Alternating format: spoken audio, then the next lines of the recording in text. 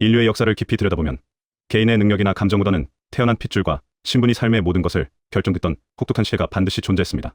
고대 인도의 카스트 제도, 서양 중세의 봉건적 신분제, 그리고 신라 시대의 뼈에까지 급을 매겼던 골품제가 대표적입니다. 그런데 20세기 중반, 세상에서 가장 평등한 사회주의 노동자 국가를 건설하겠다며 출범한 북한은 아이러니하게도 인류 역사상 가장 촘촘하고 숨막히는 현대판 신분제를 창조해냈습니다. 그것이 바로 과거 북한 사회를 완벽하게 지배했던 출신 성분, 즉 토대입니다. 1950년대 후반부터 김일성 정권은 자신의 권력을 철저히 독점하고 잠재적인 반대 세력을 영구히 색출해 내기 위해 전 주민의 족보와 사상을 현미경처럼 들여다보는 거대한 성분조사 사업을 단행했습니다. 이 끔찍한 분류 작업을 통해 북한의 모든 인민은 핵심 계층, 동료 계층, 적대 계층이라는 세 개의 거대한 신분으로 나뉘었고 그 아래 다시 51개의 세부 부류로 갈기갈기 찢어졌습니다. 항일빨치산 가문이나 한국전쟁, 전사자 가족 등은 성골과 진골에 해당하는 핵심 계층이 되어 노동당 간부로 출세하고 배급이 넉넉한 평형에 살 수 있는 특권을 누렸습니다.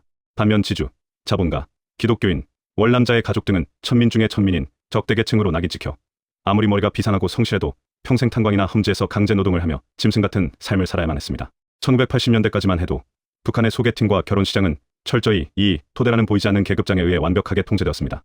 남녀가 서로 불같은 사랑에 빠지는 것은 개인의 자유일지 몰라도 그 사랑을 결혼이라는 제도로 완성하려면 반드시 노동당과 보위부의 엄격한 심원 조회와 승인 절차를 거쳐야만 했습니다. 만약 핵심 계층에 촉망받는 엘리트 청년이 적대 계층의 여성과 사랑에 빠져 결혼을 감행한다면 그것은 단순히 낭만적인 사랑을 위한 희생이 아니라 자신의 모든 사회적 지위와 미래, 심지어 태어날 자식들의 운명까지 정치범 수용소의 나락으로 떨어뜨리는 사회적 자살 행위였습니다. 따라서 당시의 중매 자리는 남녀의 로맨스가 싹트는 설렘의 공간이 아니라 양가의 당원증, 유무와 혁명, 유가족 증서를 깐깐하게 대조하는 철저한 성분 감별의 장이었습니다. 부모들은 자식의 연애를 24시간 감시했고 노동당에 입당할 수 있는 성분 좋은 제대 군인은 하늘이 내린 최고의 1등 신랑감으로 대우받았습니다. 국가의 배급망이 완벽하게 작동하던 시절, 좋은 토대는 곧 따뜻한 입합쌀밥과 고깃국, 그리고 안전한 미래를 보장하는 가장 확실하고도 유일한 생명줄이었기 때문입니다. 그러나 영원할 것만 같았던 북한의 견고한 성분제 철옹성은 외부의 군사적 공격이 아닌 체제 내부의 골마, 터진 모순이 낳은 거대한 재앙 앞에서 무참히 허물어지기 시작합니다. 1990년대 초반, 세계사를 뒤흔든 소련의 붕괴와 동구권 공산 국가들의 도미노 몰락은 북한 경제에 치명적인 타격을 입혔습니다. 사회주의 형제국들로부터 들어오던 값싼 원조 물자가 완전히 끊기고 엎친 데 덮친 격으로 끔찍한 자연재해까지 겹치면서 북한은 1990년대 중반 수백만 명이 아사했다고 알려진 현대사 최악의 대기근, 이른바 고난의 행군을 맞이하게 됩니다. 이 참혹한 시기는 북한 현대사에서 주민들의 정신세계를 송두리째 뒤흔든 가장 결정적인 분기점입니다. 태어날 때부터 요람에서 무덤까지 국가가 인민의 모든 삶을 책임진다고 선전해왔던 북한에서 식량을 공급하던 국가 배급망이 하루아침에 완전히 마비된 것입니다. 이 굶주림의 쓰나미 앞에서 가장 비극적인 최후를 맞이한 사람들은 역설적이게도 북한 체제에 가장 맹목적으로 충성했던 핵심 계층이었습니다. 평생을 당과 수령만을 믿고 공장과 기업소에 출근했던 모범적인 노동자들과 하급 당원들은 배급이 끊긴 상황에서도 국가의 지시만 기다리며 출근하다가 결국 가장 먼저 굶어 죽었습니다. 반면 과거 성분이 나빠 농촌이나 산간오지로 쫓겨나 일찌감치 국가의 혜택에서 철저히 소외되었던 적대계층 사람들은 달랐습니다. 이들은 살아남기 위해 산에서 풀뿌리와 껍질을 캐고 몰래 떼기밭을 일구며 밤을 틈타 암시장에서 물건을 내다 파는 자생력을 일찍부터 길러왔기에 오히려 이 지옥 같은 시기에서 살아남을 확률이 더 높았습니다. 뼈를 깎는 굶주림 속에서 이웃들의 시체가 거리에 나뒹구는 참상을 목격하며 북한 주민들은 거대한 역사적 각성을 하게 됩니다. 할아버지, 세대의 항일, 무장투쟁 경력도 긍지 높게 가슴에 달고 다니던 붉은 노동당 당원증도 내 자식의 입에 옥수수 한 줌 넣어주지 못한다는 뼈저리고 처절한 진리를 깨달은 것입니다. 이는 세계사에서 1920년대 독일 바이마르 공화국의 초인플레이션 당시 평생 모은 화폐가 땔감으로 쓰이는 것을 보며 국가 시스템에 대한 믿음이 완전히 산산조각 났던 민중들의 심리적 붕괴와 정확히 일치합니다. 국가가 나를 무참히 버렸다는 짙은 배신감과 오직 내 힘으로 살아남아야 한다는 야생의 생존 본능은 북한 주민들의 머릿속에 뿌리 깊게 박혀있던 토대 중심의 가치관을 완전히 리스트해버렸습니다. 혁명적 신념이나 출신 성분이라는 무형의 명분은 길거리의 쓰레기통에 처박혔고 그 자리에 인간의 가장 직관적이고 현실적인 생존수단인 신념과 돈이 절대적인 신앙으로 자리 잡기 시작한 것입니다.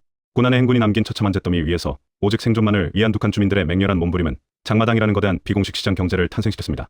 그리고 이 치열한 약육강식의 시장에서 가장 뛰어난 상업적 수완과 과감한 결단력으로 막대한 부를 축적한 신흥가분과 계급이 무대 전면에 등장하게 되는데 이들이 바로 현재 북한 경제의 실질적인 혈관을 쥐약펴약하는 돈주입니다.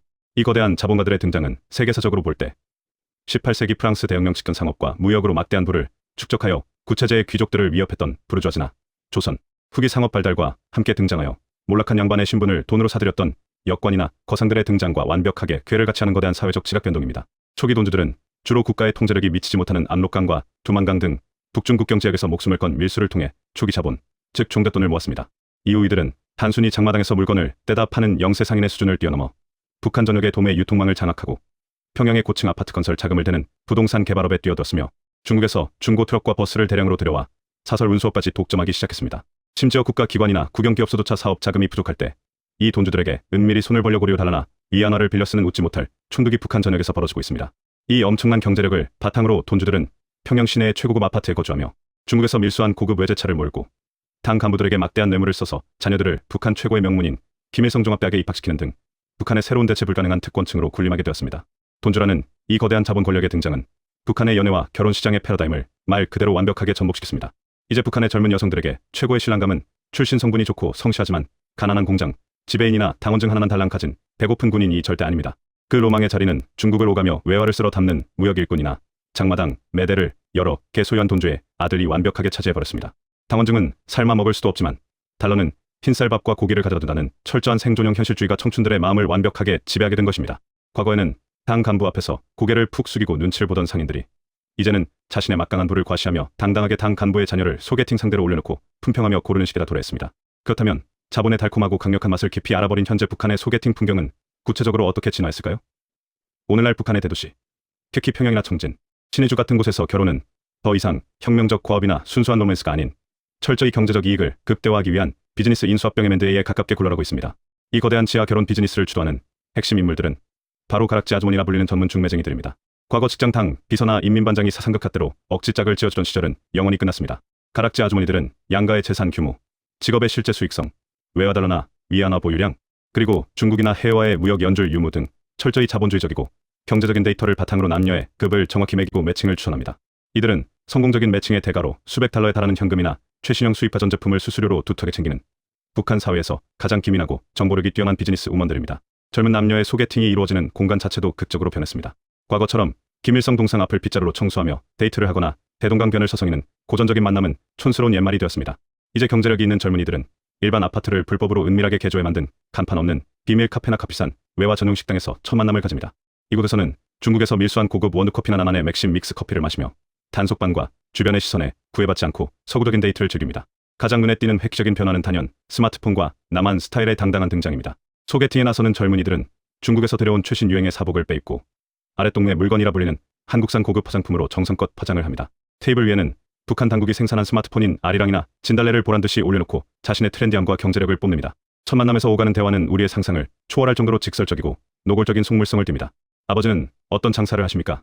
집에 달러를 좀 만드십니까? 중국 쪽의 물건을 떼올 든든한 선이 닿습니까? 등 혁명이나 주체사상 따위는 오늘한데 없고 오직 자본주의적 생존 능력만을 묻는 질문들이 난무합니다. 심지어 소개팅 자리에서 대화가 통하면 서로의 스마트폰 블루투스를 연결해 나만의 트로트나 로맨스 드라마 파일을 은밀하게 전송하고 공유하며 호감을 표시하기도 합니다. 체제에 대한 충성심을 덜덜 떨며 증명해야 했던 과거의 억압적인 소개팅 자리가 어느새 최신 트렌드를 쿨하게 공유하고 부를 과시하며 철저히 실리를 따지는 세계 어느 자본주의 국가 못지않게 세련되고 세속적인 매칭의 현장으로 완벽하게 탈바꿈한 것입니다. 장마당이라는 자본주의의 거대한 용광로 속에서 북한 사회 전체의 가치관이 맹렬하게 변하고 있지만 여전히 구시대의 낡은 이데올로기 망령을 버리지 못한 세대와 새롭고 냉혹한 시장의 현실을 직시한 젊은 세대 간의 충돌은 현재 북한 가정 내에서 매일같이 벌어지는 가장 일상적이고도 격렬한 비극입니다. 특히 결혼이라는 인생의 중대사를 앞두고 부모 세대와 자식 세대 간의 갈등은 그야말로 극한의 사상투쟁으로 치닫습니다. 1960년대와 70년대 국가가 모든 생필품을 배급해주고 당의 지시가 곧 법이자 진리였던 북한의 이른바 황금기를 맹목적으로 경험한 5060대 부모들은 여전히 출신 성분과 붉은 당원증이 일하는 낡은 환상과 과거의 영광에 깊이 빠져 있습니다. 이들 9세대에게 장사란 천박한 자본주의의 찌꺼기일 뿐이며 비록 지금 당장은 돈을 많이 번다고 해도 언제든 보위부나 안전부에 의해 하루아침에 전 재산을 몰수당하고 온 가족이 정치범 수용소로 끌려갈 수 있는 시한폭탄 같은 위험천만한 짓으로 여겨집니다. 따라서 부모들은 혼기를 꽉 채운 딸에게 비록 지금은 가난하더라도 성분이 훌륭하고 당원증이 있는 군관장교이나 미래가 보장된 당 간부와 결혼해야 평생 큰 탈 없이 안전하게 살 수 있다며 전통적인 체제 수능적 기준을 강요합니다. 그러나 1990년대 대기근 이후 태어나 국가의 배급을 단 한 번도 받아본 적 없이 오직 장마당의 냉혹한 약육강식 논리 속에서 각자 도생하며 억척스럽게 가난한 2030대 장마당 세대의 생각은 부모 세대와 완벽하게 대척점에 서 있습니다. 이들에게 국가가 발급한 당원증은 그저 추위를 막아주도 배고픔을 달래주도 못하는 쓸모없는 종이 쪼가리, 빈 껍데기에 불과합니다. 오히려 당 간부나 군관 남편은 국가기관에서 무보수로 일하며 위신과 가오만 챙길 뿐 정작 가정을 위해 아무런 경제적 기여도 하지 않으면서 가부장적인 권위만 내세우는 거대한 짐짝 같은 존재로 여겨집니다. 최근 북한 젊은 여성들 사이에서 간부 남편은 밤에만 껌벅거리는 고장난 전구, 군관 남편은 평생 내 피를 빨아먹는 거머리, 돈 잘 버는 장사꾼 남편이 최고의 보물이라는 뼈 때리는 은어가 진리처럼 유행하는 것도 무리가 아닙니다. 젊은 딸들은 부모의 낡은 강요에 정면으로 맞서며 내가 뙤약볕 아래 장마당에서 번 돈으로 평생 간부 남편 뒷바라지나 할 바야. 차라리 돈 잘 버는 상인이나 돈주. 아들과 결혼의 달러를 펑펑 쓰며 떵떵거리며 살겠다고 당당하게 선언합니다.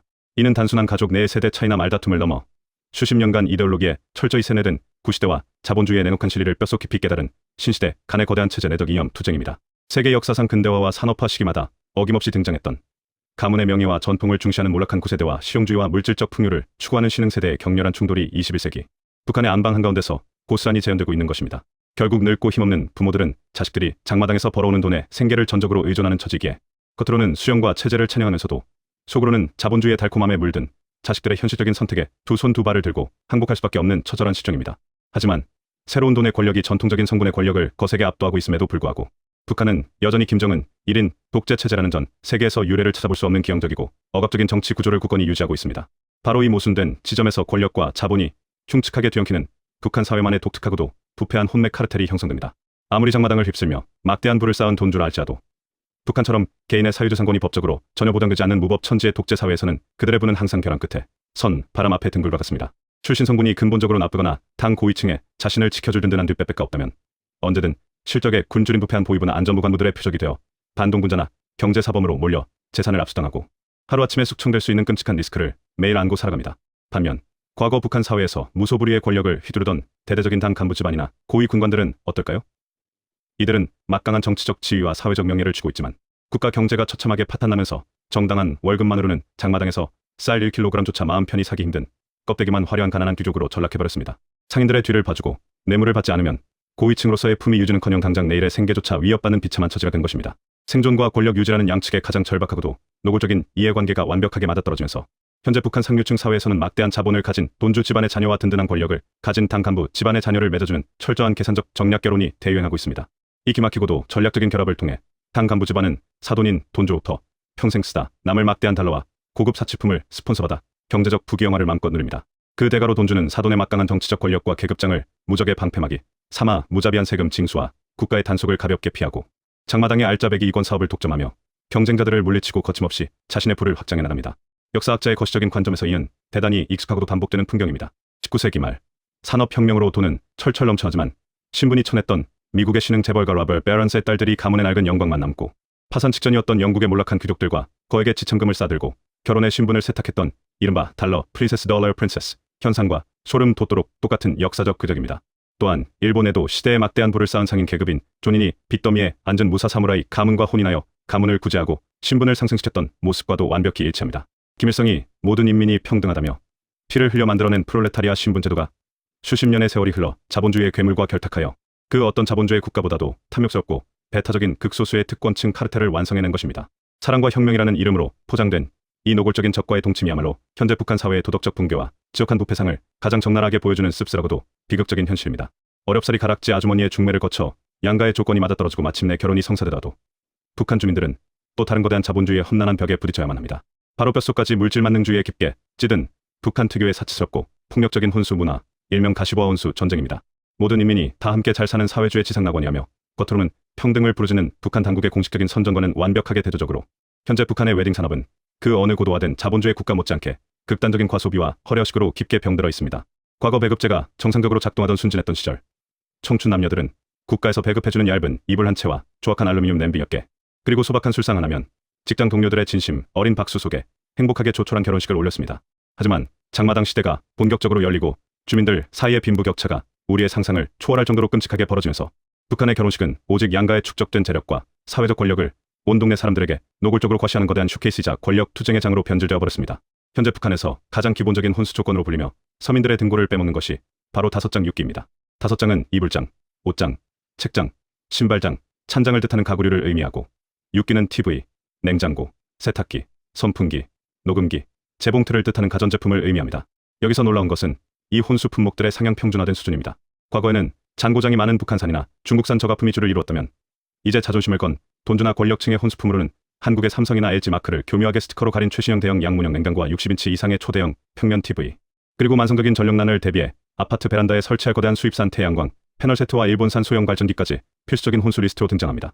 심지어 신부가 결혼식 날 시댁 식구들에게 인사하며 바치는 현금 꾸러미, 즉 달러, 방석의 두께와 액수에 따라 결혼 후 시어머니의 태도가 돌변하고 며느리의 가정 내 발언권이 철저하게 결정되는 비인간적인 자본 논리가 완벽하게 지배합니다. 돈이 주체할 수 없이 넘쳐나는 상위 1% 상류층의 결혼식 당일 풍경은 마치 할리우드 영화나 아랍 부호들의 파티를 방불케 합니다.